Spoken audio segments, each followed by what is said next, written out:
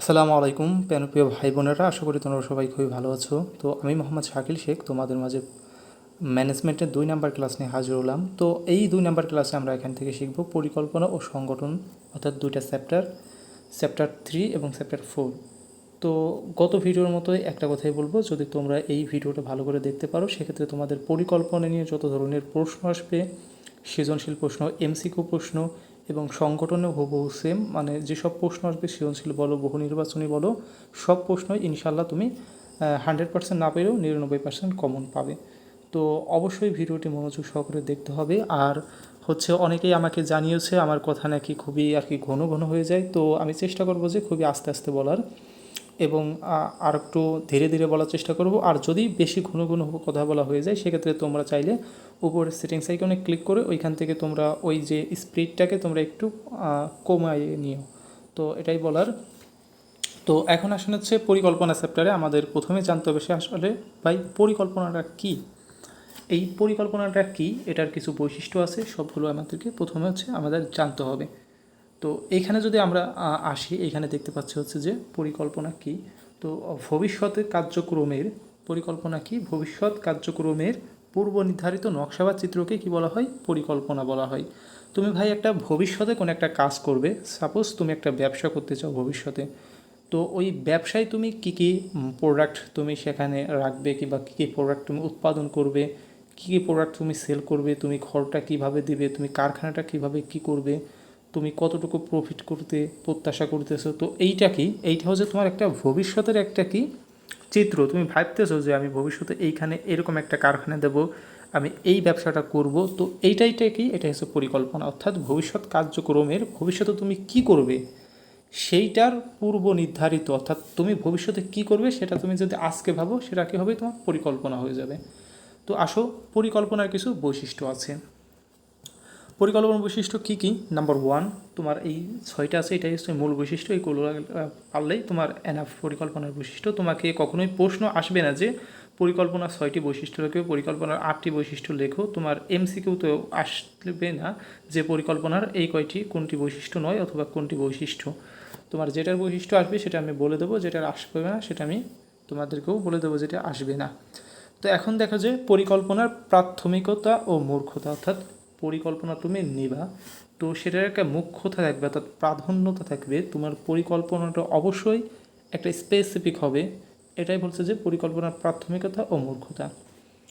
দেন এখন আসেন 2 নম্বরে, যে চিন্তন মনন প্রক্রিয়া। তো আসলে পরিকল্পনা তুমি তো গায়ের জোরে পরিকল্পনা নিতে পারবে না। গায়ের জোরে যেটা নিতে পারবে সেটা কি বলবো, সেটা হচ্ছে দাপট দেখাতে পারবে। বাট পরিকল্পনা তোমাকে নিতে হবে অবশ্যই ব্রেইন দিয়ে, অর্থাৎ চিন্তা ভাবনা করে। রাজনীতিবিদরা কী করে, অর্থাৎ জায়গায় সব কাজ করে সবই ব্রেন দিয়ে, মন দিয়ে ভেবে চিনতে দেন। তারা কি, তাদের কাজটা কি মনন চিন্তন প্রক্রিয়া। একজন পরিকল্পনা কি করে, পরিকল্পনক যে ম্যানেজার থাকে কিংবা পরিকল্পনাকারী ব্যবস্থাপক থাকে, তাকে অবশ্যই চিন্তন মনন প্রক্রিয়াটি অবলম্বন করতে হয়। অর্থাৎ তার চিন্তার ক্ষমতাটা, তার মনটা থাকে চিন্তানীয়, অর্থাৎ ভবিষ্যতে কি করবে এই জিনিস সম্পর্কে তাকে চিন্তা করতে হয়। তার মানে কি, চিন্তন মনন প্রক্রিয়া। দেন আসো 3 নম্বরে। 3 নম্বরে কি, ভবিষ্যৎ কর্মপদ্ধতি সম্পর্কে অনুমান। অর্থাৎ ভাই তুমি পরিকল্পনা নিতে হলে তোমাকে তো অবশ্যই ভবিষ্যৎ কর্মপদ্ধতি সম্পর্কে অনুমান করার যে দক্ষতা বা যে একটা অনুমান করার একটা আকাঙ্ক্ষা, সেটা তোমাকে অবশ্যই থাকতে হবে। কারণ তুমি আজ পরিকল্পনা নিবে ভবিষ্যতের জন্য, তুমি ভবিষ্যতে ওই জিনিসটা তুমি পরিকল্পনা নিবে, সেটা কীভাবে কী হবে সেটা তো তোমার আজকে সেটা ঠিক করতেই হবে।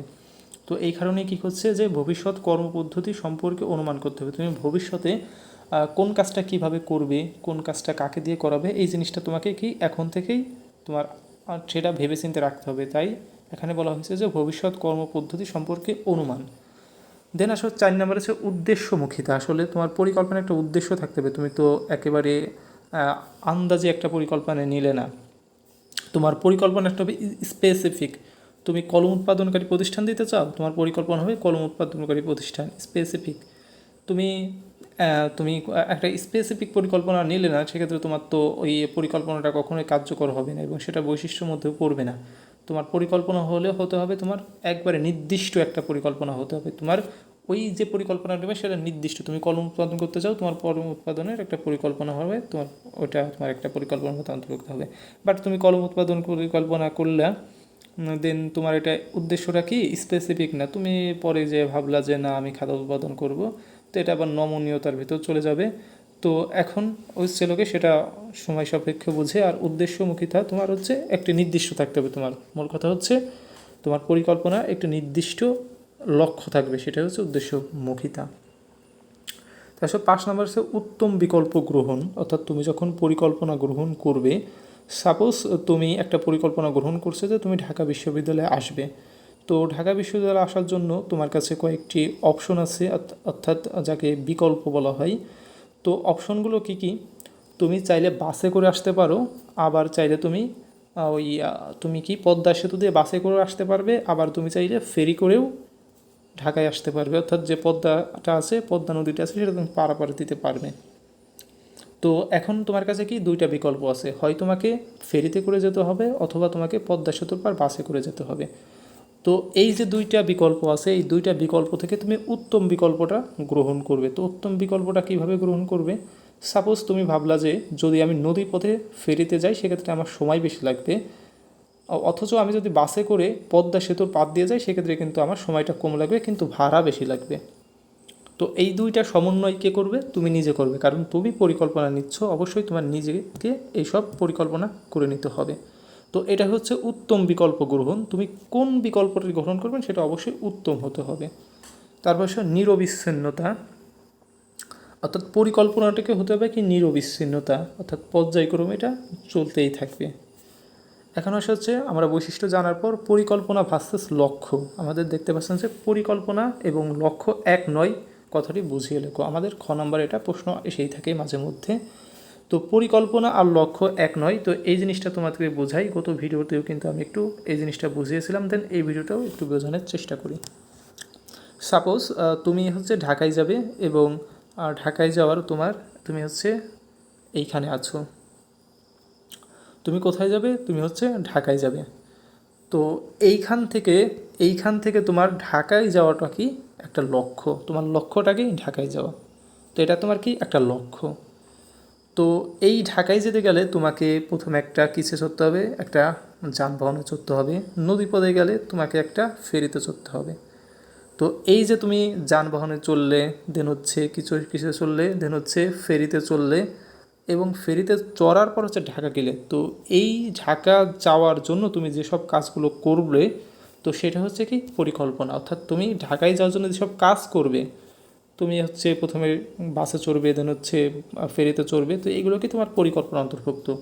আর লক্ষ্যটাকেই তোমার স্পেসিফিক গন্তব্যটা কোথায়, তোমার সেটা হচ্ছে লক্ষ্য। ঠিক তেমনই একটা প্রতিষ্ঠান তোমার 1500 একক পণ্য উৎপাদন করতে হবে, এটা কি? এটা একটা লক্ষ্য। প্রতিষ্ঠানে 1500 একক পণ্য উৎপাদন করতে হবে, এটা একটা স্পেসিফিক লক্ষ্য।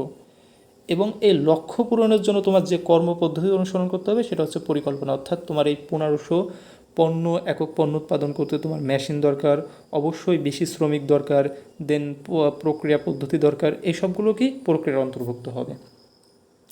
তো আশা করি পরিকল্পনা এবং লক্ষ্যের যে প্রকারভেদটা আছে সেটা তোমাদেরকে বোঝাইতে পারছি।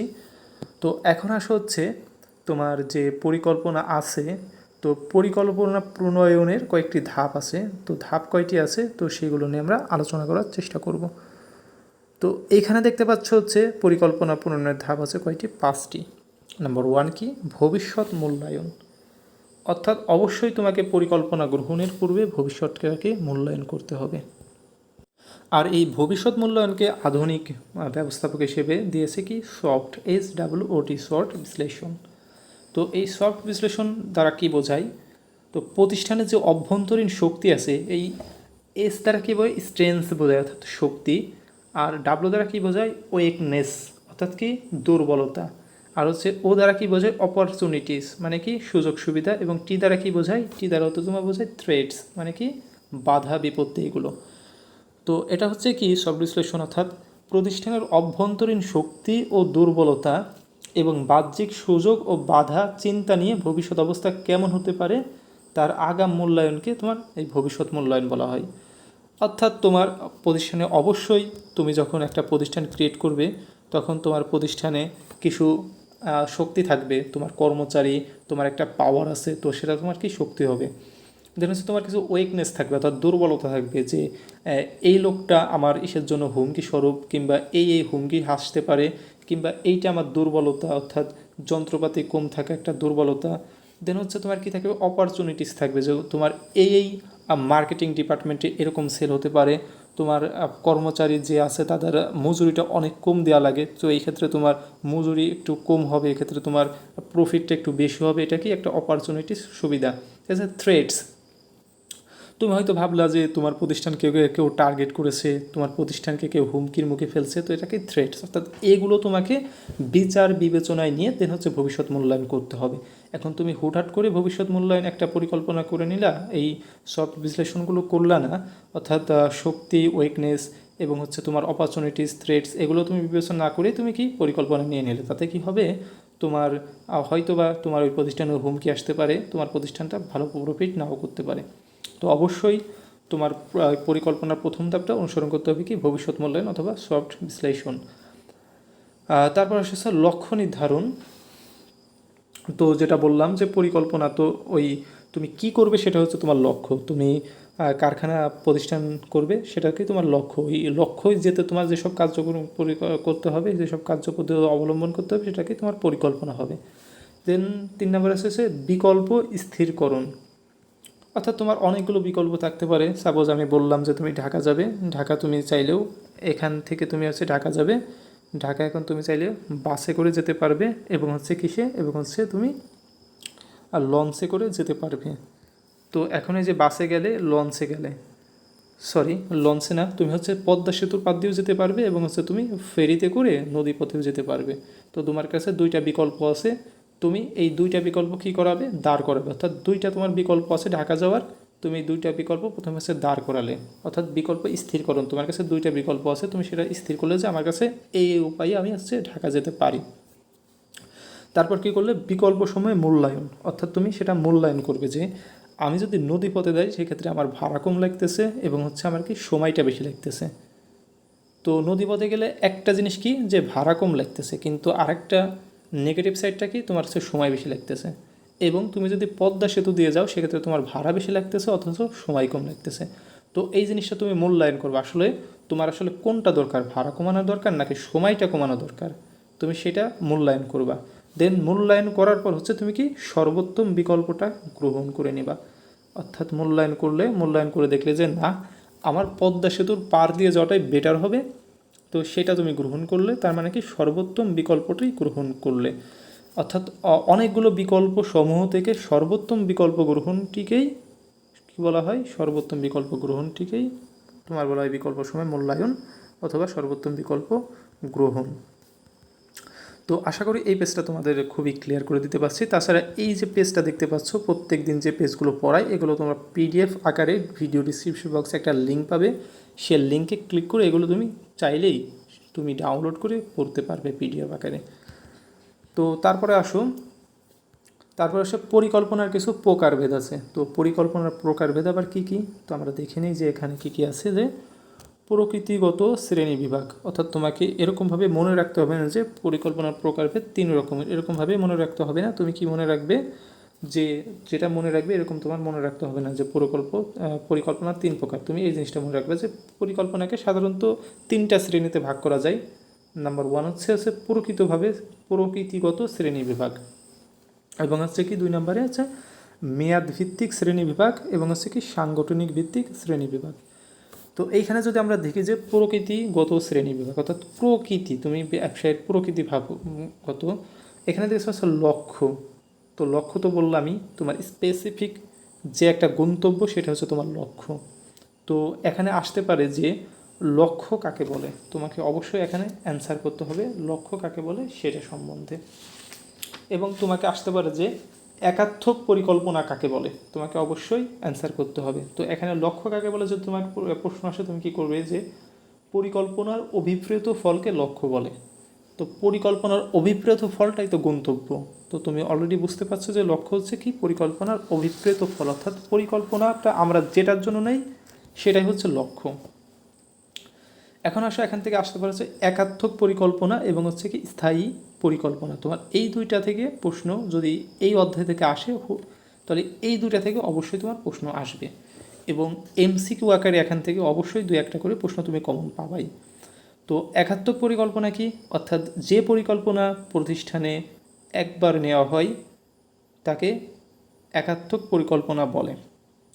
তো একাত্মক পরিকল্পনার উদাহরণ কি কী হতে পারে, তোমায় সাপোজ মনে করো, অর্থাৎ যে পরিকল্পনাটা তুমি একবার গ্রহণ করবে। তুমি পদ্মা সেতু তৈরি দেখছো না, তো পদ্মা সেতু কি পরিকল্পনা কি ওই ওই স্থায়ী পরিকল্পনা নাকি একাত্মক পরিকল্পনা, এই জিনিসটা তোমার আসতে পারে। তুমি কী করবে, একাত্মক পরিকল্পনা দেবে অ্যান্সার। কেন একাত্মক পরিকল্পনা? কারণ পদ্মা সেতু ভাই ওই পরিকল্পনাটা কিন্তু একবারই করা হয়েছে, ওই রকমভাবে কিন্তু আরেকটা পদ্মা সেতু কিন্তু ক্রিয়েট করা হয়নি। ওই পরিকল্পনাটা একবারেই কি পরিকল্পনা নেওয়া হয়েছে এবং ওইটা শেষ হয়েছে, তার মানে কি ওই পরিকল্পনা শেষ। এখন যদি দ্বিতীয় কোনো ব্রিজ তৈরি করতে চাই তখন আবার নতুন করে একটা পরিকল্পনা নেবে, যখন ওই ব্রিজটা তৈরি হয়ে যাবে তখন ওই পরিকল্পনা শেষ। অর্থাৎ যে পরিকল্পনাটি একবার নেওয়া হয় তাকে কি একাত্মক পরিকল্পনা বলে। তো যখন স্থায়ী পরিকল্পনা বলবো তখন তুমি একটু ডিফারেন্সটা বুঝতে পারবে।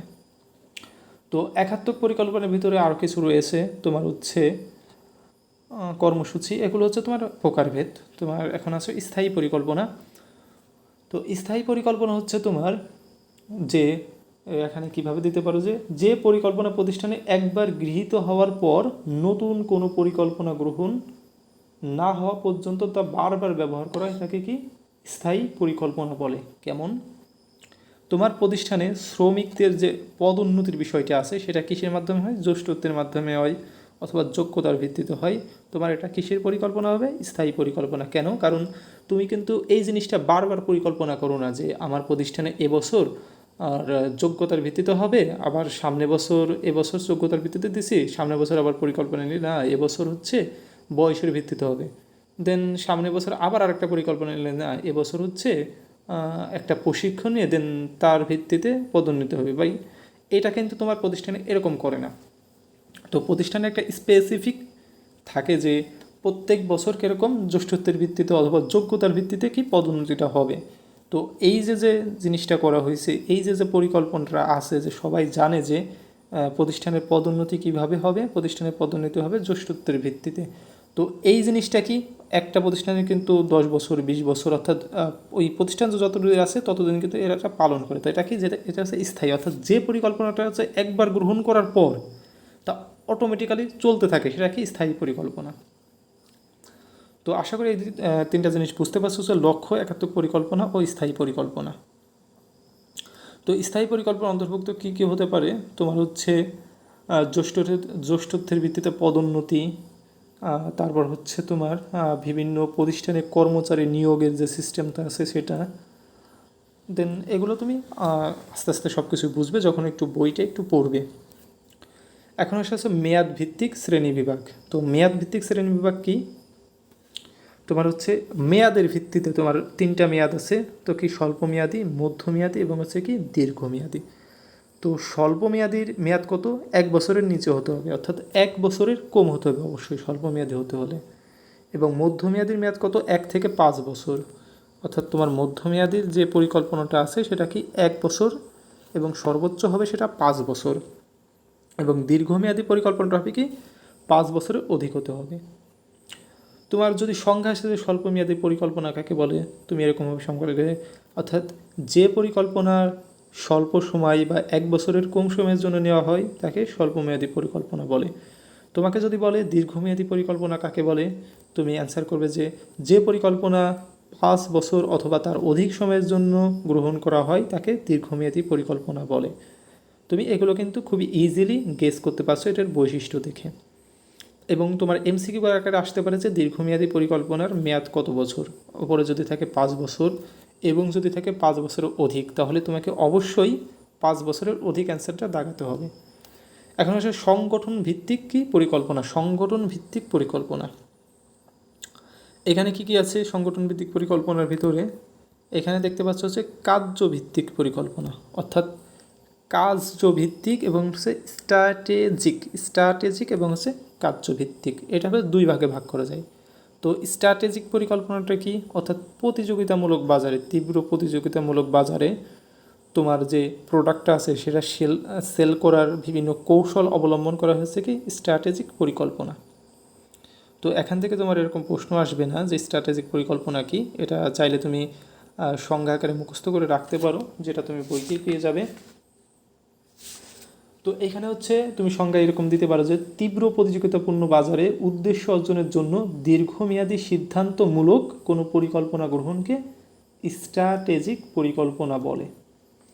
এবং 2 নম্বর আছে কার্যভিত্তিক, অর্থাৎ কাজের ভিত্তিতে পরিকল্পনাকে ভাগ করা হয়েছে কত ভাগে, 3 ভাগে। নাম্বার 1 আছে কি বিভাগীয় পরিকল্পনা, অর্থাৎ তোমার যে পরিকল্পনাটা সেটা যদি প্রত্যেকটা বিভাগ গ্রহণ করে তার মানে কি সেটা বিভাগীয় পরিকল্পনা হবে। কেমন, তোমার একটা পণ্য উৎপাদনকারী প্রতিষ্ঠান আছে এবং সেই পণ্য উৎপাদনকারী প্রতিষ্ঠানের বিভাগ আছে 5টি। তো এই 5টি পণ্য উৎপাদনকারী প্রতিষ্ঠান যদি আলাদা আলাদাভাবে, অর্থাৎ প্রত্যেক বিভাগ যদি আলাদা আলাদা পরিকল্পনা গ্রহণ করে তখন তাকে কি বলা হবে, বিভাগীয় সংগঠন ভিত্তিক পরিকল্পনা। এরপর হচ্ছে অঞ্চলের ভিত্তিক, সেরকম তোমার প্রতিষ্ঠানের বিভিন্ন অঞ্চলে অবস্থিত, ধরো 10টি অঞ্চলে আছে, তো ওই 10টি অঞ্চলের ব্যবস্থাপক যদি কোনো স্পেসিফিকভাবে পরিকল্পনা গ্রহণ করে সেটা কী হবে, আঞ্চলিক পরিকল্পনা। এবং সামগ্রিক পরিকল্পনা কি, তোমার যে অঞ্চলগুলো আছে, তোমার যে এরিয়া আছে, অর্থাৎ তোমার 10টি অঞ্চল আছে এবং 5টি বিভাগ আছে, তাহলে কি 15টি মোট। এই 15টি অঞ্চল এবং বিভাগ মিলে যখন সবাই মিলিত হয়ে একটা পরিকল্পনা গ্রহণ করবে তখন সেটা কী হবে, সামগ্রিক পরিকল্পনা।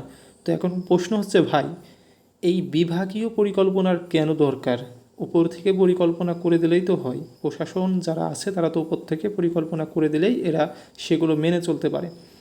তো বিভাগীয় পরিকল্পনা এর জন্যই করা হয়, যেমন তোমার বিভাগে, তুমি ঢাকা বিভাগে থাকো, তোমার বিভাগে কোন পণ্যটা বেশি চলে, তুমি চাইলে সেই পণ্যটা পরিকল্পনা নিয়ে তুমি সেই পণ্যটা বেশি উৎপাদন করতে পারবে। এখন তোমার বিভাগে কোনটা চলে সেটা তো উপরে যে পরিচালক থাকে, মহা ব্যবস্থাপক থাকে, সে তো আর জানে না, কারণ তোমার বিভাগের তুমি জানো তোমার বিভাগে কোন পণ্যটা বেশি চলে। তো এক্ষেত্রে কি তোমাকে যদি পরিকল্পনার একটা সুযোগ দেওয়া হয় তো সেক্ষেত্রে কী হবে, তাদের প্রোডাকশনটা ভালো হবে, সেলিংটা ভালো হবে, কারণ তুমি নিজে পরিকল্পনা নিচ্ছ, এ কারণে তোমার উৎসাহটা বৃদ্ধি পাচ্ছে এবং তোমার এলাকার সুযোগ সুবিধা বুঝে তুমি সেগুলো সেল করতে পারছো। তো এই কারণে হচ্ছে বিভাগীয়, আঞ্চলিক এবং সামগ্রিক পরিকল্পনার উদ্ভব ঘটে এরকম সমস্যা এড়ানোর জন্য। তো আশা করি এখান থেকে তুমি পরিকল্পনার প্রকারভেদগুলো বুঝতে পারছো। দেন এখান থেকে তোমার একটু সংখ্যা আসতে পারে, আর সবচেয়ে বেশি যেখান থেকে প্রশ্ন আসবে এমসিকিউ আকারে, এই জিনিসটা তোমার এমসিকিউ আকারে প্রশ্ন আসবে, তুমি অবশ্যই হুবহু এটা মুখস্থ করবে। তো মুখস্থ করবে কি একাত্মক পরিকল্পনা। একাত্মক পরিকল্পনা কী কী তোমাকে মুখস্থ করতে হবে, যে একাত্মক পরিকল্পনার ভিতর কী কী আছে। তো একাত্মক পরিকল্পনার ভিতরে আছে তোমার কর্মসূচি, প্রকল্প, আর হচ্ছে কি বাজেট। তো এখন তুমি কর্মসূচি বলতে কি বোঝো, যে কোনো বিশেষ লক্ষ্য অর্জনের জন্য যে বড় ধরনের প্রতিষ্ঠান তোমার পরিকল্পনা গ্রহণ করে তাকে কী বলা হয়, কর্মসূচি বলা হয়। যেমন কি হতে পারে, তোমার পোলিও রোগ নিরূপণের জন্য গৃহীত পরিকল্পনা, এটা কি একটা কর্মসূচি। দেন হচ্ছে প্রতিষ্ঠানের পুরনো সকল যন্ত্রপাতি সরিয়ে নতুন যন্ত্রপাতি বসানোর একটা পরিকল্পনা, এটাকে কর্মসূচি। তোমাকে আসতে পারে যে পোলিও রোগ নিরূপণের জন্য গৃহীত পরিকল্পনাকে কি বলে, তোমার অপশনে থাকলেও প্রকল্প, বাজেট, কর্মসূচি, তোমাকে অবশ্যই অ্যান্সার করতে হবে কর্মসূচি। এই কারণে হচ্ছে এই যে সব বৈশিষ্ট্য আছে বইতে সেগুলো তুমি একটু দেখে নেবে। দেন হচ্ছে প্রকল্প। তো প্রকল্প হচ্ছে কর্মসূচির একটা সিস্টেম, কর্মসূচির একটা বৈশিষ্ট্য। তো এটা কি, কর্মসূচির আওতায় বিশেষ বিশেষ কার্য সম্পাদনের প্রতিটা পরিকল্পনাকে কি প্রকল্প। অর্থাৎ তুমি কর্মসূচিটা গ্রহণ করবে, সেই কর্মসূচিটার কি করতে হবে, সেই কর্মসূচির কাজটা সম্পূর্ণ করতে তোমার যেসব পরিকল্পনা গ্রহণ করতে হবে সেটা কি প্রকল্প। তো এখন এই সবের তোমার উদাহরণটা কিছু হতে পারে। তোমার উদাহরণ হচ্ছে তোমার যন্ত্রপাতির যেসব তোমার পর্যায়ে আছে, তোমার কোনটা ভালো কোনটা খারাপ, তো এগুলো তুমি যখন বাছাই করবে সেটা প্রকল্পের অন্তর্ভুক্ত হবে। দেন আসে বাজেট। তো বাজেটটা কি, তো পরিকল্পনা তোমার যদি টাকাই নেও, যে পরিকল্পনাটা সেটা ধরে টাকাই নেও, সেটা কী হবে, বাজেটের অন্তর্ভুক্ত হবে। তো যদি সংজ্ঞাটা দিতে যাও এরকম, যে পরিকল্পনার সংখ্যাত্মক প্রকাশকে বাজেট বলে। তুমি চাইলে আগামী বছর কি করবে, আগামী বছর হচ্ছে তোমার যে সেলিংসটা আছে সেটা তুমি 15,000 কোটি টাকা বৃদ্ধি করবে। তো এটা তোমার কি, এটা একটা বাজেটের অন্তর্ভুক্ত হবে। তো বাজেটটা কি তোমার অবশ্যই ওই পরিকল্পনাটা একটা টাকাই থাকতে হবে। তুমি যদি এরকম চাও যে তুমি একটা পরিকল্পনা নিলে যে প্রতিষ্ঠানের 1500 একক তুমি পণ্য উৎপাদন করবে, তো এটা তোমার হচ্ছে সাধারণ পরিকল্পনা হবে, বাজেট হবে না। তোমার বাজেট যদি হতে হবে সে টাকাই হতে হবে। তোমার যদি কোনো শ্রমিককে, কোনো কর্মচারীকে একটা নির্দিষ্ট করে দেওয়া হয় যে আগামী বছর তোমাকে 1 কোটি টাকা প্রফিট করতে হবে, এটা কি একটা বাজেটের অন্তর্ভুক্ত হবে। কারণ কি এখানে যে টাকাটা আছে সেটা সংখ্যাত্মক প্রকাশ আছে। তোমার এখান থেকে অত কিছু আসবে না, তোমার এখান থেকে আসবে হচ্ছে বাজেট কাকে বলে। তুমি এরকম দেবে যে পরিকল্পনার সংখ্যাত্মক প্রকাশকে বাজেট বলে। এখন সে স্থায়ী পরিকল্পনা, স্থায়ী পরিকল্পনার ভিতর কী রয়েছে, রীতিনীতি, কৌশল, পদ্ধতি এবং হচ্ছে কি প্রক্রিয়া। রীতিনীতি, কৌশল, পদ্ধতি এবং প্রক্রিয়া, এই 4-5টা জিনিস তুমি রেখে রাখবে। তো তুমি এই জিনিসটা এরকমভাবে মুখস্থ রাখতে পারো যে রীতিনীতি, কৌশল, প্রক্রিয়া, পদ্ধতি, রীতিনীতি, কৌশল, প্রক্রিয়া, পদ্ধতি, যে এগুলো কিন্তু যখন আমরা পড়েছি তখন কিন্তু এইভাবেই মনে রেখেছি এবং তোমাদেরকেও কিন্তু এইভাবে মনে রাখার জন্য আমি সাহায্য করছি। তো এগুলো নিয়ে আর কোনো বেশি কথা বলার কোনো কারণ নাই, কারণ রীতি বলতে কি, প্রতিষ্ঠানের কিছু রীতি রয়েছে, সেগুলো হচ্ছে নীতিও সে একই সিস্টেম, যে প্রতিষ্ঠানের 8টায় তোমার আর কোম্পানির জব শুরু হবে এবং বিকাল 5টায় তোমার ছুটি হবে। তো এটাকে রীতিনীতির ভিতরে পড়ে। এবং হচ্ছে কৌশল, কী কী কৌশল অবলম্বন করতে হবে সেটা কি তোমার হচ্ছে কৌশলে বলতে পারে। এবং প্রক্রিয়া, তোমার অফিসের যেসব কাজকর্ম আছে সেগুলো কী কী প্রক্রিয়ায় কী কী করতে হবে ওইটা করা হয়েছে তোমার প্রক্রিয়া। এবং পদ্ধতি, কোন কোন পদ্ধতিতে কী করতে হবে সেটা তোমার পদ্ধতি। তো এখন আসে একাত্মক পরিকল্পনা আর হচ্ছে স্থায়ী পরিকল্পনার ভিতর কিছু পার্থক্য আছে, যেটা কিন্তু তোমার খ নাম্বারেও আসতে পারে, যে একাত্মক পরিকল্পনা ও স্থায়ী পরিকল্পনার মধ্যে পার্থক্য লেখো। তুমি কি করবে, প্রথম লিখবে যে প্রতিষ্ঠানে একবার ব্যবহার করা হয়, একাত্মক পরিকল্পনা প্রতিষ্ঠানে একবার ব্যবহার করা হয়। কারণ পদ্মা সেতু ভাই কিন্তু একবারই পরিকল্পনা নেওয়া হয়েছে এবং সেই পদ্মা সেতু তৈরি হওয়ার পর সেই পরিকল্পনা কিন্তু একবারে শেষ হয়ে গেছে। দেন দ্বিতীয় যদি আবার কোনো সেতু তৈরি করার একটা পরিকল্পনা হয়, সেটা কিন্তু আবার নতুন করে পরিকল্পনা নেবে। তো এক্ষেত্রে কি, প্রতিষ্ঠান হচ্ছে একবার ব্যবহার করা হয়। আর স্থায়ী পরিকল্পনা কি, অর্থাৎ নতুন পরিস্থিতি সৃষ্টি হওয়া না পর্যন্ত তা বারবার ব্যবহার করা হয়। ওই যে তোমার শ্রমিকের পদোন্নতি কিন্তু প্রত্যেক বছরে কিন্তু চেঞ্জ করা হয় না। ওই 10 বছর আগে যে তোমার যে পরিকল্পনা গ্রহণ করা হয়েছে যে জ্যেষ্ঠত্বের ভিত্তিতে অথবা যোগ্যতার ভিত্তিতে তোমার পদোন্নতি হবে, সেটাই কিন্তু এখনও ফলো করা হয়।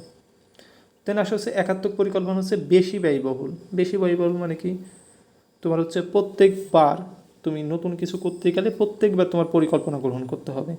আর এই পরিকল্পনা গ্রহণ করতে হলে অবশ্যই তোমার সেটা টাকা পয়সার ব্যাপার স্যাপার আছে। তুমি এখন ভাবতে পারো যে ভাই ছোটো ছোটো পরিকল্পনা তো না, তুমি একটা বড় পরিকল্পনা নিয়ে ভাবো, যে পদ্মা সেতুর কথাই ভাবো তুমি।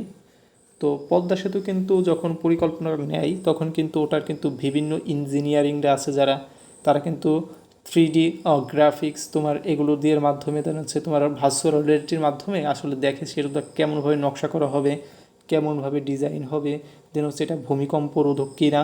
তো এগুলো কিন্তু বিভিন্নভাবে এরা চেক করে। তো চেক করা যে একটা ব্যয়টা আছে, তো এটাই কি, এটা হচ্ছে বেশি ব্যয়বহুল। তোমার এইবার পদ্মা সেতু তৈরির জন্য তোমার আবার নতুন করে পরিকল্পনা গ্রহণ করার জন্য বিভিন্ন গবেষণা করা লাগলো, এবং পরের বছর আরেকটা সেতু তৈরি করার জন্য তোমার আবার নতুন করে আবার গবেষণা করা লাগলো। তো এটা কি, এটা হচ্ছে বেশি ব্যয় হয়ে যায়। এবং স্থায়ী পরিকল্পনা কিন্তু 10 বছর আগে যে পরিকল্পনা নেছে, দেন সেই পরিকল্পনা অনুযায়ী কিন্তু তোমার কর্মীর পদোন্নতি হচ্ছে। তার মানে কি, এটাই তেমন কোনো ব্যয় নাই। ওই একবার ব্যয় করছে মানে কি প্রত্যেকবার একই সিস্টেমে হয়েছে, তার মানে কি এটার পরিকল্পনায় কোনো ব্যয় হয় না, তার মানে কি কম ব্যয়বহুল। এবং এটাই কি নমনীয়তা থাকে। অর্থাৎ তুমি একাত্মক পরিকল্পনায় কী থাকবে, তোমার নমনীয়তা থাকবে। অর্থাৎ তুমি পরিবর্তিত পরিস্থিতির সাথে খাপ খেয়ে নিতে পারবে। মানে কি, তোমার হচ্ছে পদ্মা সেতু দেখলে যে একটা প্লারে সমস্যা আছে, তুমি কী করলে ওই প্লারগুলো চেঞ্জ করে অন্যান্য প্লারগুলো দিয়ে দিলে। কিন্তু তোমার হচ্ছে এই যে স্থায়ী পরিকল্পনা যেটা আছে, নমনীয়তার অভাব, অর্থাৎ তুমি চাইলে কিন্তু চেঞ্জ করতে পারবে না। অর্থাৎ জ্যেষ্ঠত্বের ভিত্তিতে যে পদোন্নতিটা আছে তুমি কিন্তু চাইলে চেঞ্জ করতে পারবে না। তো এটা হচ্ছে কি নমনীয়তার অভাব। তো যেটা হচ্ছে তুমি চাইলেই সেই মুহূর্তেই চেঞ্জ করতে পারবে সেটা কি নমনীয়তা, আর হচ্ছে যেটা তুমি চাইলে চেঞ্জ করতে পারবা না সেটা কি নমনীয়তার অভাব। তো তোমরা এই টেবিলটা অবশ্যই একটু মুখস্থ করার চেষ্টা করবে কিংবা মনে রাখার চেষ্টা করবে। তো আশা করি আমার কথা বলার মাধ্যমে তোমরা এটি মনে রাখতে পারছো। দেন আসা হচ্ছে কি, এইখান থেকে তোমার 4-5টা প্রশ্ন আসতে পারে, যেটা খুবই কমন, এগুলো আসা স্বাভাবিক এবং হচ্ছে খুবই ইম্পর্টেন্ট। নাম্বার 1 হচ্ছে কি পরিকল্পনা, ব্যবস্থাপনার প্রথম ধাপ কি পরিকল্পনা। তো ব্যবস্থাপনার প্রথম ধাপ কি, তোমাকে অবশ্যই অ্যান্সার করতে হবে পরিকল্পনা। নাম্বার 2 হচ্ছে ব্যবস্থাপনার কার্যাবলীর ভিত্তি বা ফ্রেমওয়ার্ক বলা হয় কাকে, কাকে বলা হয়, পরিকল্পনাকে বলা হয়। তাহলে পরিকল্পনা কেমন কাজ, পরিকল্পনাতে ধারাবাহিক প্রক্রিয়া, পরিকল্পনা কেমন ধারাবাহিক প্রক্রিয়া। এখন আসো যে আয়নার সাথে তুলনা করা হয়, তাহলে কি আয়নার সাথে তুলনা করা হয় কি, এই পরিকল্পনাটাকে যে আয়নার সাথে তুলনা করা হয় এই কথাটি কে বলছে, এই কথাটি বলছে হচ্ছে কন্টেস অ্যান্ড ডোনেল। কন্টেস অ্যান্ড ডোলেন কিন্তু আর একটা কথা বলছে, সেটা কি সংগঠনকে কিন্তু প্রাইমেটের সাথে তুলনা করছে, যেটা কিন্তু আমি গত ভিডিওতে বলেছিলাম, দেন এই ভিডিওতে বলে দিলাম যাতে তোমরা একটু বুঝতে আরও সুবিধা হয়। দেন আসলে কি এটা উচ্চ স্তরের কাজ, অর্থাৎ যারা উচ্চ স্তরে থাকে পরিকল্পনাটা কিন্তু মূলত তারাই গ্রহণ করে, আর কি মধ্য এবং নিম্ন স্তরের ব্যবস্থাপকরা কী করে, সেগুলো বাস্তবায়ন করে। এবং এর কি মনস্তাত্ত্বিক কাজ, অবশ্যই এগুলো মন দিয়ে মেধা দিয়ে দেন হচ্ছে ব্রেন দিয়ে এগুলো করতে হয়, এগুলো কি মনস্তাত্ত্বিক কাজ। তো আশা করি পরিকল্পনা চ্যাপ্টারে তোমাদের কোনো সমস্যা হবে না। তো আমি আবারও বলছি, এগুলো কিন্তু তুমি ভিডিও ডিসক্রিপশন বক্সে পিডিএফ আকারে পেয়ে যাবে, চাইলেই কিন্তু সেগুলো তুমি পিডিএফ ডাউনলোড করে পড়তে পারবে। দেন আসা হচ্ছে পরিকল্পনা শেষ, এখন হচ্ছে সংগঠন। তো সংগঠন হচ্ছে আমাদের 4 নম্বর অধ্যায়। তো সংগঠন অধ্যায় আসার আগেই তোমাকে বুঝতে হবে আসলে ভাই সংগঠনটা কী। তুমি ভাই ছাত্র লীগ করো, এটা হচ্ছে সংগঠন। তুমি একটা যে দলই করো নাকি সেটাকেই একটা সংগঠন। তো এই প্রতিষ্ঠানের ক্ষেত্রেই, ব্যবসা প্রতিষ্ঠানের ক্ষেত্রেও কিন্তু একটা সংগঠন আছে। এখন দেখো যে সংজ্ঞাটা দিছি, এই সংজ্ঞাটা তুমি সবসময় মুখস্থ করার ট্রাই করবে, কারণ এই সংজ্ঞার ভিতরে কিন্তু তুমি অনেকগুলো বৈশিষ্ট্য পেয়ে যাবে, আলাদা করে কিন্তু তোমাকে বৈশিষ্ট্যগুলো মুখস্থ করতে হবে না। এখানে দেখতে পাচ্ছ যে প্রতিষ্ঠানের কার্য বিভাজন, দায়িত্ব কর্তৃত্ব নিরূপণ ও অর্পণ এবং প্রত্যেক বিভাগের মধ্যকার পারস্পরিক সম্পর্ক নির্ধারণের কাজকেই সংগঠন বলে। অর্থাৎ তোমার সংগঠনটার কি হবে, তোমার কার্য বিভাজন করে কি করবে, দায়িত্ব কর্তৃত্ব নিরূপণ করবে। অর্থাৎ প্রত্যেকটা কর্মের দায়িত্ব কর্তৃত্ব একটা স্পেসিফিক অর্থাৎ নির্দিষ্ট থাকবে, এই কর্মীর দায়িত্ব এটা, এই কর্মীর দায়িত্ব ওটা, এবং সেটা কী করবে অর্পণ করবে। অর্থাৎ কর্মীদেরকে জানিয়ে দেবে যে তোমার দায়িত্ব এইটা, তোমার দায়িত্ব সেল করা, তোমার দায়িত্ব বিক্রয় করা, তোমার দায়িত্ব ক্রয় করা, এটাকেই দায়িত্ব। এবং প্রত্যেক বিভাগের কি থাকতে হবে, এবং প্রত্যেক বিভাগের মধ্যকার পারস্পরিক সম্পর্ক থাকতে হবে। অর্থাৎ তোমার ক্রয় বিভাগের সাথে তোমার বিক্রয় বিভাগের সম্পর্ক থাকতে হবে। কেন, তোমার যদি সম্পর্ক ভালো না থাকে সেক্ষেত্রে তোমার উৎপাদনটা কম হতে পারে, তোমার মনোমালিন্য হলে কি হবে, তোমার ব্যবসায় ক্ষতি হতে পারে। এবং সবাই যদি একজোট হয়ে কাজ করে, কথায় আছে না 10 মিলে 20 কাজ, হারি জিতি নাই হিলাজ, তার মানে কি সবাই যদি একজোট হয়ে কাজ করে তাহলে কি সেই প্রতিষ্ঠানটা ভালো কিছু করবে এবং প্রফিট অর্জন করবে। একটা প্রতিষ্ঠান একজন ব্যবসায়ী ক্রিয়েট করে কী জন্য, প্রফিট অর্জনের জন্য, এবং সেই প্রফিটটা অর্জন করতে হলেই ওই 10 মিলে কাজটা করতে হবে। যদি তোমার প্রত্যেকটা প্রতিষ্ঠানের সাথে সম্পর্ক না থাকে সেক্ষেত্রে তোমার সামঞ্জস্য যে একটা নীতি সিস্টেম আছে, সামঞ্জস্য যে একটা নীতি আছে, সেটা কিন্তু আর কি সামঞ্জস্য হলো না। কেন হলো না, তোমার ক্রয় বিভাগের সাথে যদি বিক্রয় বিভাগের একটা সম্পর্ক না থাকে, তোমার ওই ক্রয় বিভাগ কী করলো, অনেক প্রচুর পরিমাণ মাল ক্রয় করে রাখলো, এবং তুমি বিক্রয় বিভাগ তুমি ভাই সেল করতে পারলা না। তুমি এই জিনিসটা যদি ক্রয় বিভাগকে জানাতে না পারো সেক্ষেত্রে তো অনেকগুলো মাল মজুতে থেকে গেল, এবং এক্ষেত্রে কী হচ্ছে, ব্যবসায়ের যে মূলধনটা আছে সেটা কিন্তু মজুদ থেকে যায়, এবং মজুদ থাকার ফলে কি বিক্রয় কম হয়, এবং বিক্রয় কম হওয়ার ফলে কী হচ্ছে, প্রফিটটাও কম হচ্ছে। তো এগুলোই কি সংগঠনের মাধ্যমে নির্ধারণ করা হয়, প্রত্যেকের কাজ দায়িত্ব বন্টন করে দেওয়া হয়। তো এইখানে দেখতে পাচ্ছ হচ্ছে সংগঠন প্রক্রিয়ার কিছু প্রকারভেদ রয়েছে। তো এই প্রকারভেদগুলো কী কী আছে, নাম্বার 1 দেখতে পাচ্ছ হচ্ছে কার্য বিভাজন বা বিভাগীয়করণ। অর্থাৎ প্রত্যেকটি কাজ তোমাকে কী করতে হবে, বিভাজন করতে দিতে হবে, অথবা তোমাকে প্রত্যেকটি কাজ বিভাজন করতে হবে। মানে কি, তুমি ক্রয়ের কাজটাকে বিভাজন করলে ক্রয় বিভাগকে দিয়ে দিলে, বিক্রয়ের কাজটা বিক্রয় বিভাগকে দিয়ে দিলে, উৎপাদনের কাজটা উৎপাদক বিভাগকে দিয়ে দিলে, দেন হচ্ছে মার্কেটিংয়ের কাজটা মার্কেটিং বিভাগকে দিয়ে দিলে। তো এটাই কি কাজগুলোকে বিভাগ অর্থাৎ কাজগুলোকে ভাগ করতে হবে, বিভিন্নভাবে ভাগ করতে হবে। এবং কাজগুলো ভাগ করার পর কী করতে হবে, দায়িত্ব কর্তৃত্ব সংজ্ঞায়িত করতে হবে। অর্থাৎ তুমি কোন কর্মীকে কিংবা তোমার কোন ব্যবস্থাপককে তুমি কোন কাজটা দিতে চাও সেটা তোমাকে সংজ্ঞায়িত করতে হবে। তো সংজ্ঞায়িত করার পর কী করতে হবে, তুমি কি ওইভাবেই রেখে দেবে, তো রেখে দেবে না। তো এগুলো কী করতে হবে, তোমাকে অবশ্যই কর্মীদেরকে দায়িত্ব ও কর্তৃত্ব অর্পণ করতে হবে। দায়িত্ব মানে কি, ওই কাজটা তার দায়িত্ব, যে তোমার কাজটাই এই কাজটা করবে, তুমি হচ্ছে উৎপাদন বিভাগে কাজ করবে, উৎপাদন সেক্টরটা তুমি দেখবে, এটা তোমার কি দায়িত্ব, এবং এই দায়িত্বের কারণে তোমাকে কি আমার কাছে জবাবদিহিতা করতে হবে। এবং কর্তৃত্বটা কি? কর্তৃত্ব হচ্ছে তোমার আন্ডারে যতজন শ্রমিক কাজ করবে সবাইকে তুমি কি করতে পারবে, সবাইকে তুমি কন্ট্রোল করবে, অর্থাৎ কোনো সমস্যা হলে তুমি সেটা সমাধান করবে। কর্মীরা যদি কোনো অপরাধ করে সেক্ষেত্রে তুমি তাদেরকে শাস্তি দেবে, তাদের কাছ থেকে জবাবদিহিতা নেবে, তাদের কাছ থেকে কাজ আদায় করবে, এটা হচ্ছে কর্তৃত্ব দেওয়া। তো একজনকে দায়িত্ব দিল অথচ কর্তৃত্ব দিল না, তার মানে কি সেই ব্যবস্থাপক কখনোই সেই ব্যবসায় প্রফিট আনতে পারবে না। কারণ অবশ্যই, তো আমরা 1 নম্বর ভিডিওতে কিন্তু দেখছিলাম দায়িত্ব ও কর্তৃত্বের সমতা নীতি, তো ওই নীতিটা অবশ্যই দিতে হবে, একজনকে দায়িত্ব দিলে অবশ্যই তাকে কর্তৃত্বটাও দিতে হবে। তো তারপর আসো এখানে কি পারস্পরিক সম্পর্ক স্থাপন, অর্থাৎ প্রত্যেকটা লোকের সাথে, প্রত্যেকটা বিভাগের সাথে, প্রত্যেকটা কর্মীর সাথে যেন পারস্পরিক সম্পর্ক থাকে সেদিকে খেয়াল রাখতে হবে। এবং পারস্পরিক সম্পর্ক থাকলে কি হবে, ওই যে বললাম ক্রয় বিভাগটা যদি পারস্পরিক সম্পর্ক থাকে, ক্রয় বিভাগ বিক্রয় বিভাগের সাথে আলোচনা করে দেন, পণ্য মজুত করবে, তো এই ক্ষেত্রে কী হবে, মূলধনটা আটকে থাকবে না এবং ব্যবসায় প্রফিটটা ভালো হবে। তো এটাই হচ্ছে। তো এখানে তোমার আসবে না যে সংগঠন প্রকারভেদ কত প্রকার, 4 প্রকার না 5 প্রকার, এগুলো আসবে না। জাস্ট এগুলো তোমার হয়তো আসতে পারে যে দায়িত্ব কর্তৃত্ব সংজ্ঞায়িতকরণ কাকে বলে কিংবা ব্যাখ্যা করো, তো এগুলো তুমি এরকমভাবে ব্যাখ্যা করে দেবে। এখন হচ্ছে সংগঠনের গুরুত্ব। তো আমরা যে সংগঠনটা করি এটার গুরুত্বটা কী, আমরা কি শুধু শুধু এই সংগঠনগুলো করি নাকি এটার কোনো কাজ আছে, কোনো উদ্দেশ্য আছে, এটার কোনো আর কি কী বলে তোমার এটার প্রয়োজনীয়তাটা কী। তো এখানে দেখতে পাচ্ছ নাম্বার 1 কী রয়েছে, নাম্বার 1 হচ্ছে উদ্দেশ্য অর্জনে সহযোগিতা করে। এটা কী করে সংগঠন, একটা উদ্দেশ্য অর্জনে সহায়তা করে। কারণ আমরা কি সংগঠন করিটা কেন, কোনো একটা উদ্দেশ্য অর্জনের কারণেই তো আমরা সংগঠন করি। আমরা হচ্ছে সংগঠন, তো প্রত্যেকটা সংগঠন কিন্তু একটা উদ্দেশ্য থাকে। তোমার ক্রয় সংগঠন, এদের উদ্দেশ্য কি ক্রয় করা। দেন হচ্ছে বিক্রয় সংগঠনের উদ্দেশ্য কি বিক্রয় করা। উৎপাদন সংগঠনের উদ্দেশ্য কি উৎপাদন করা। এদেরকে উদ্দেশ্য অর্জনের সহায়তা করে, অবশ্যই উদ্দেশ্য অর্জনের সহায়তা করে। 2 নম্বর আছে কি উপকরণের যথাযথ ব্যবহার করে। তোমার প্রতিষ্ঠানে যে 6M রয়েছে, অর্থাৎ 6টি উপকরণ রয়েছে, একটি হচ্ছে কি মানবীয় উপকরণ, একটি কি মানবীয় উপকরণ এবং 5টি কি বস্তুগত উপকরণ। ওই যে ম্যান, মেশিন, মানি, মেথড, মার্কেট, ম্যাটেরিয়ালস, তো এগুলো কি করে এসব উপকরণের যথাযথ ব্যবহার করে, অর্থাৎ যখন যা প্রয়োজন সেসব কি ব্যবহার করে। এখন আসছে সহজ সমন্বয় ও নিয়ন্ত্রণ, অর্থাৎ সংগঠন কি করলে হয়, সমন্বয় করা সহজ হয় এবং নিয়ন্ত্রণ করা সহজ হয়।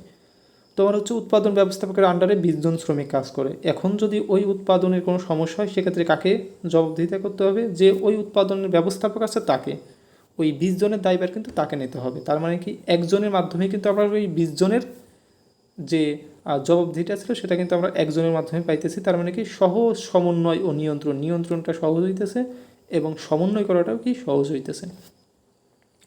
তারপর আসলে কি সৃজনশীলতার বিকাশ, অর্থাৎ কি একটি কাজ বারবার করতে করতে তোমার কী হবে, সৃজনশীলতা বিকাশ পাবে। তুমি যখন দেখতেছো যে তোমার উৎপাদনটা একটু প্রবলেম দেখা দিতেছে, তখন তুমি কি করবে, একটু গবেষণা করবে। সেই গবেষণার মাধ্যমে কী হবে, তোমার সৃজনশীলতা বিকাশ পাবে, অর্থাৎ তুমি নতুন নতুন উদ্ভাবন শক্তি পাবে। তুমি কিভাবে পণ্য উৎপাদন করলে আরও ভালো প্রফিট অর্জন করা সম্ভব, আরও বেশি পণ্য উৎপাদন করা সম্ভব কম শ্রমিক দিয়ে, তুমি সেগুলো জানতে পারবে এবং সেগুলো উদ্ভাবন করতে পারাটাই কি সৃজনশীলতার বিকাশ। 5 নম্বরে আসে যে কার্যকর নেতৃত্ব প্রতিষ্ঠা। তোমার যদি সংগঠন থাকে, সংগঠনের কিন্তু একজন সভাপতি থাকে, দেন আছে সহসভাপতি, সেক্রেটারি। তো সবচেয়ে ক্ষমতা আছে সভাপতির। তো সভাপতি কি করতে পারবে, সভাপতি তার আন্ডারে যতজন শ্রমিক আছে কিংবা যতজন কর্মী আছে সবাইকে নিয়ন্ত্রণ করতে পারবে। তো এটাই কি কার্যকর নেতৃত্ব প্রতিষ্ঠা, অর্থাৎ সে যা বলবে তার অধীনস্থ যারা আছে তারা সবই পালন করবে। তো এটাই কি কার্যকর নেতৃত্ব প্রতিষ্ঠা। আছে শৃঙ্খলা প্রতিষ্ঠা, তো এটার মাধ্যমে সংগঠনের মাধ্যমে অবশ্যই শৃঙ্খলা প্রতিষ্ঠা হয়। কারণ কি, কারণ হচ্ছে তোমার যে সভাপতি থাকে সে অবশ্যই যে কাজটা করতে বলে সেই কাজটা সবাইকে নির্দ্বিধায় করতে হবে, তার মানে কি শৃঙ্খলা প্রতিষ্ঠা হইল। এবং কেউ তো এখানে এসে দ্বিমত করার কোনো পোষণ করার কোনো ওয়ে নাই, কারণ কারণ সে হচ্ছে সভাপতি, তার কথা সবাইকে যেভাবে মানতে হবে। তার মানে কি প্রতিষ্ঠানে কোনো বিশৃঙ্খলা দেখা দিল না, কেউ বললো না যে না আমি এই কাজটা পারবো না। অবশ্যই তুমি পারো বা না করো, তোমার কাজটা যেহেতু দেশে তোমাকে অবশ্যই করতে হবে, তাই কি শৃঙ্খলাটা প্রতিষ্ঠা পেল। এখন আসছে সংগঠন কাঠামো কী। তোমার প্রশ্ন আসতে পারে যে সংগঠন কাঠামোটা কী। তো এটা হচ্ছে বই থেকে পড়ে নিতে পারো এবং আমি তোমাকে বলে দিচ্ছি। তো প্রতিষ্ঠান থাকে, বিভিন্ন ব্যক্তি থাকে, বিভিন্ন বিভাগ, তোমার বিভিন্ন বিভাগ থাকে, উৎপাদন বিভাগ, ক্রয় বিভাগ, বিভিন্ন উপবিভাগ এবং বিভিন্ন কি ব্যক্তি থাকে বা কর্মী থাকে। তার মানে কি প্রতিষ্ঠানে বিভিন্ন বিভাগ, উপবিভাগ ও কর্মীদের মধ্যকার সম্পর্কের মধ্যকার পারস্পরিক সম্পর্কের চিত্রকে সংগঠন কাঠামো বলা হয়। অর্থাৎ কর্মীদের অথবা ওই উৎপাদক ব্যবস্থাপকদের অর্থাৎ যাবতীয় প্রতিষ্ঠান যতজন কাজ করে তাদের সম্পর্কের যে একটা চিত্র কাঠামো, সেটা হচ্ছে কি সংগঠন কাঠামো। এখন হচ্ছে সংগঠনকে কত ভাগে ভাগ করা যায়। তোমার এই জিনিসটা মনে রাখবে, সংগঠনকে কত ভাগে ভাগ করা যায়, চোখ বুঝে বলে দেবে কত ভাগে, 4 ভাগে ভাগ করা যায়, 5 ভাগে ভাগ করা যায়। সংগঠনকে কত ভাগে ভাগ করা যায়, 5 ভাগে ভাগ করা যায়। নাম্বার 1 কি, সরলরৈখিক সংগঠন।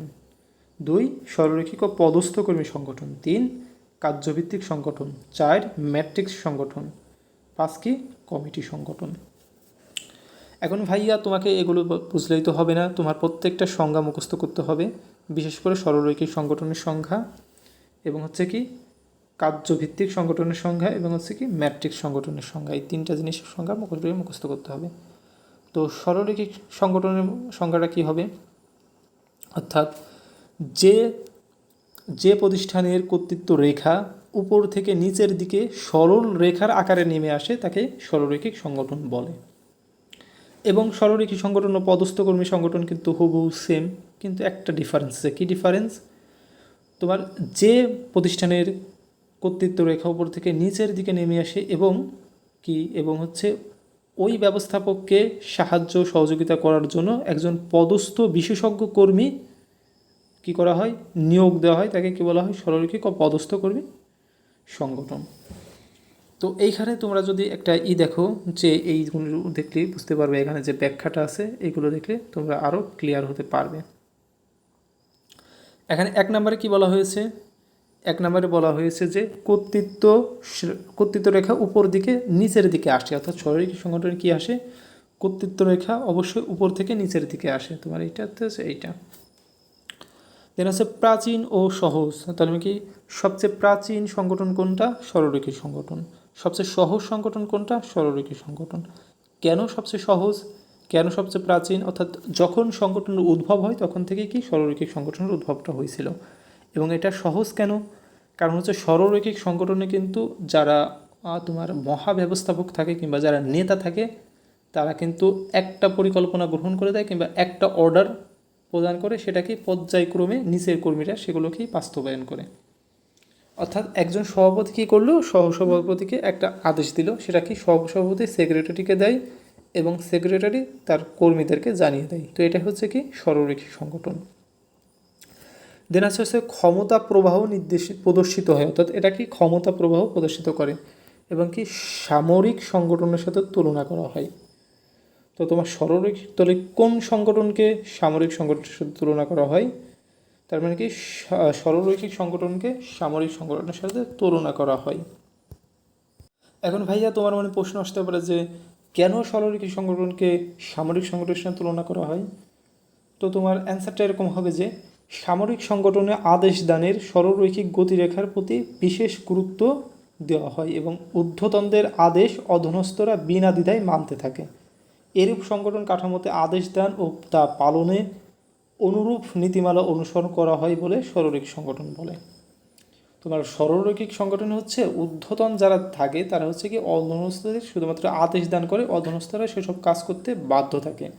এবং সামরিক সংগঠন অর্থাৎ সেনাবাহিনীতে তোমার বিভিন্ন তোমার যেসব আছে, তোমার ডিফেন্স যেসব চাকরি আছে সেগুলোতে কী করা হয়, উপর থেকে যারা ঊর্ধ্বতন থাকে তারা একটা আদেশ দিয়ে দেয়, সেগুলো কিন্তু নির্দ্বিধায় ওই যারা অধস্তন থাকে কিংবা যারা নিচের পর্যায়ের চাকরিজীবী থাকে তাদের কিন্তু অবশ্যই তাদের বিনা দ্বিধায় মানতে হয়। তো এই কারণে হচ্ছে কি বলা হয়েছে যে সামরিক সংগঠনের সাথে সরলরৈখিক সংগঠনের তুলনা করা হয়, মানে দুইটা একই জিনিস। এখন আসা হচ্ছে এই যে সরলরৈখিক সংগঠনটা আছে, সরলরৈখিক পদস্থ কর্মী, এটার কিছু বৈশিষ্ট্য আছে। এটা বৈশিষ্ট্য কি, এখানে হচ্ছে 2টা কর্মী থাকে। নাম্বার 1 কি সরলরৈখিক নির্বাহী, আর হচ্ছে বিশেষজ্ঞ কর্মী। অর্থাৎ একজন থাকে সরলরৈখিক নির্বাহী যেটা সরলরৈখিক সংগঠনে থাকে, উনি তো থাকবেই, আরেকজনকে থাকবে বিশেষ কর্মী থাকবে। এই বিশেষ কর্মীটা কেন রাখা হয়? তুমি যা দেখো না, বিভিন্ন মালিকের পিএস থাকে, পার্সোনাল অ্যাসিস্ট্যান্ট, তো ওটাই হচ্ছে তোমার তোমার সরলরৈখিক পদস্থ কর্মী সংগঠন। অর্থাৎ একটা কর্মীকে রাখে সাথে সাথে, যাতে কোনো একটা সিদ্ধান্ত গ্রহণে ওই কর্মীটা তাকে সাহায্য করতে পারে, সহযোগিতা করতে পারে। এবং আসলে হচ্ছে কর্তৃত্ব সরলরৈখিক নির্বাহী ভোগ করে। তাহলে সব কর্তৃত্ব অর্থাৎ অর্ডারটাকে দেওয়ার ক্ষমতা রাখবে অবশ্যই যে সরলরৈখিক নির্বাহী হবে, অর্থাৎ যে মালিক হবে অথবা যে হচ্ছে ওই সরলরৈখিক নির্বাহী, সে হচ্ছে সব কর্তৃত্ব দিতে পারবে।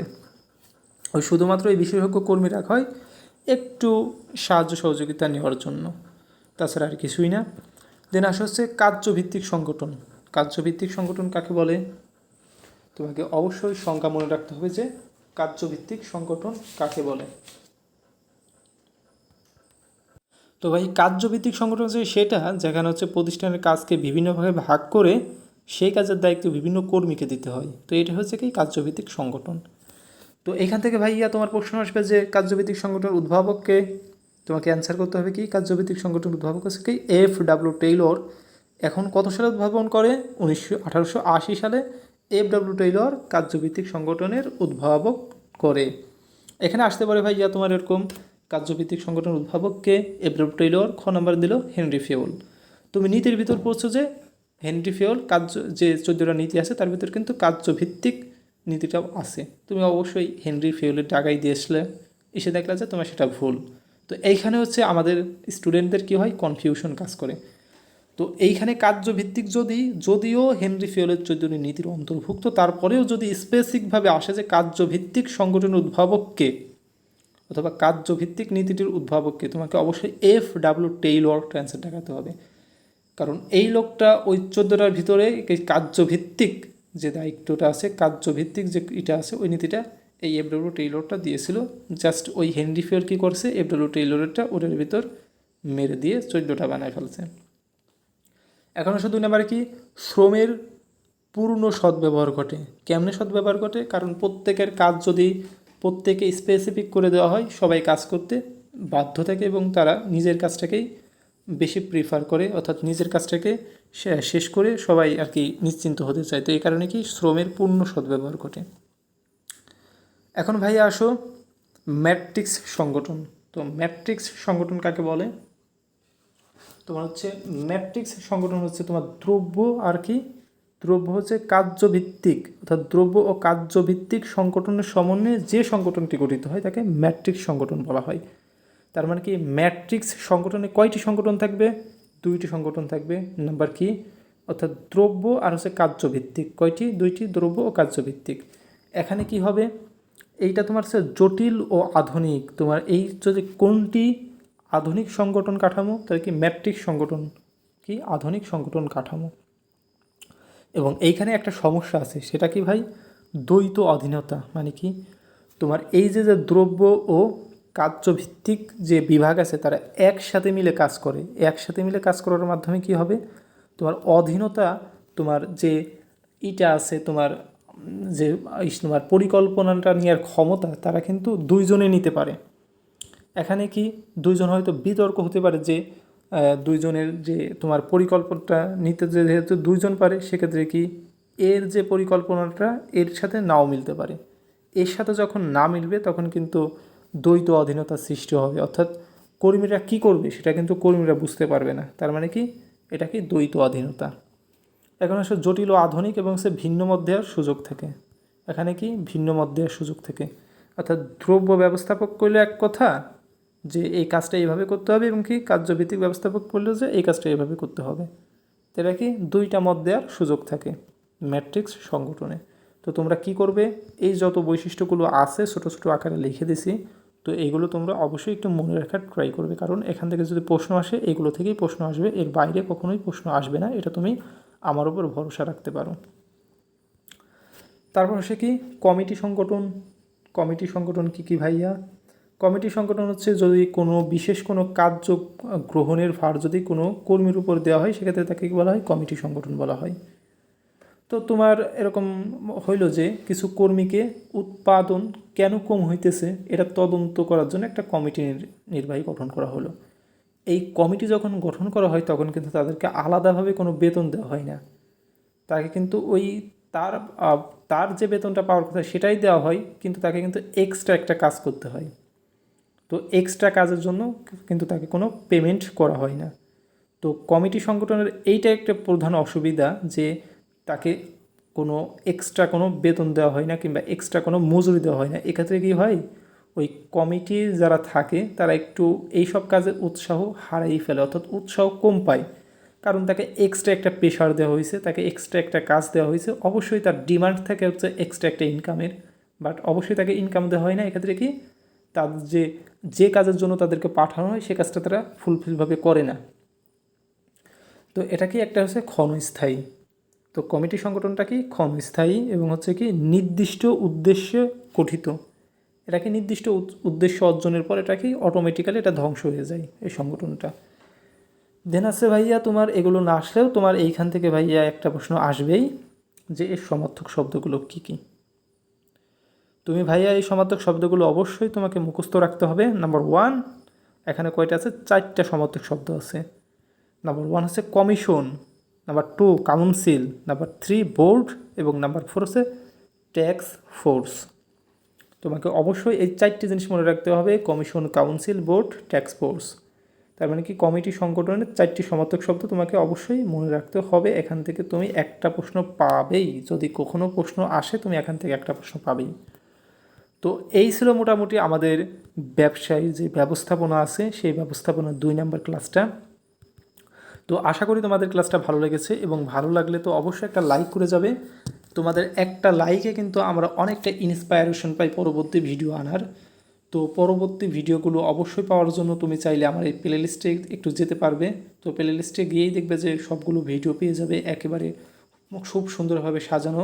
ম্যানেজমেন্ট ফার্স্ট পেপারের 4টা ভিডিও আছে এবং ম্যানেজমেন্ট সেকেন্ড পেপারের 5টা ভিডিও আছে, তুমি সেগুলো কিন্তু দেখে নেবে। এবং এই ম্যানেজমেন্টের 5টা ভিডিও শেষে কিন্তু আরও 2টা ভিডিও থাকবে যেটা কিন্তু এমসিকিউ বুস্টার থাকবে, অর্থাৎ ম্যানেজমেন্ট ফার্স্ট পেপারের 50টি এমসিকিউ এবং ম্যানেজমেন্ট সেকেন্ড পেপারের 50টি এমসিকিউ মিলে টোটাল 100টা এমসিকিউয়ের একটা ভিডিও থাকবে, অথবা 2টা ভিডিও দিতে পারি। তো এই 1-2টা ভিডিও থাকবে, সেই ভিডিওগুলো দেখলে কিন্তু তুমি এইচএসসি পরীক্ষায় তোমার 50% তুমি ওই পেজ থেকেই কমন পাবে, অর্থাৎ ওই 50-50-100টা থেকে কিন্তু তুমি 50% তুমি এমসিকিউ হুবহু কমন পাবে, এবং অন্যান্যটাও খুবই সুন্দরভাবে তুমি বুঝতেই পারবে, যেখান থেকে তুমি টাচ দিয়ে পড়তে পারবে ওখান থেকে ওখানে। আর এটা অবশ্যই এই পিডিএফ লিঙ্কটা তুমি ভিডিও ডিসক্রিপশনে পেয়ে যাবে। তো তুমি যদি আমার চ্যানেল নতুন হয়ে থাকে অবশ্যই চ্যানেলটি সাবস্ক্রাইব করবে, আর যদি পুরাতন হয়ে থাকে তোমাকে অ্যাডভান্স ধন্যবাদ। তো ভালো থাকো, আল্লাহ হাফেজ।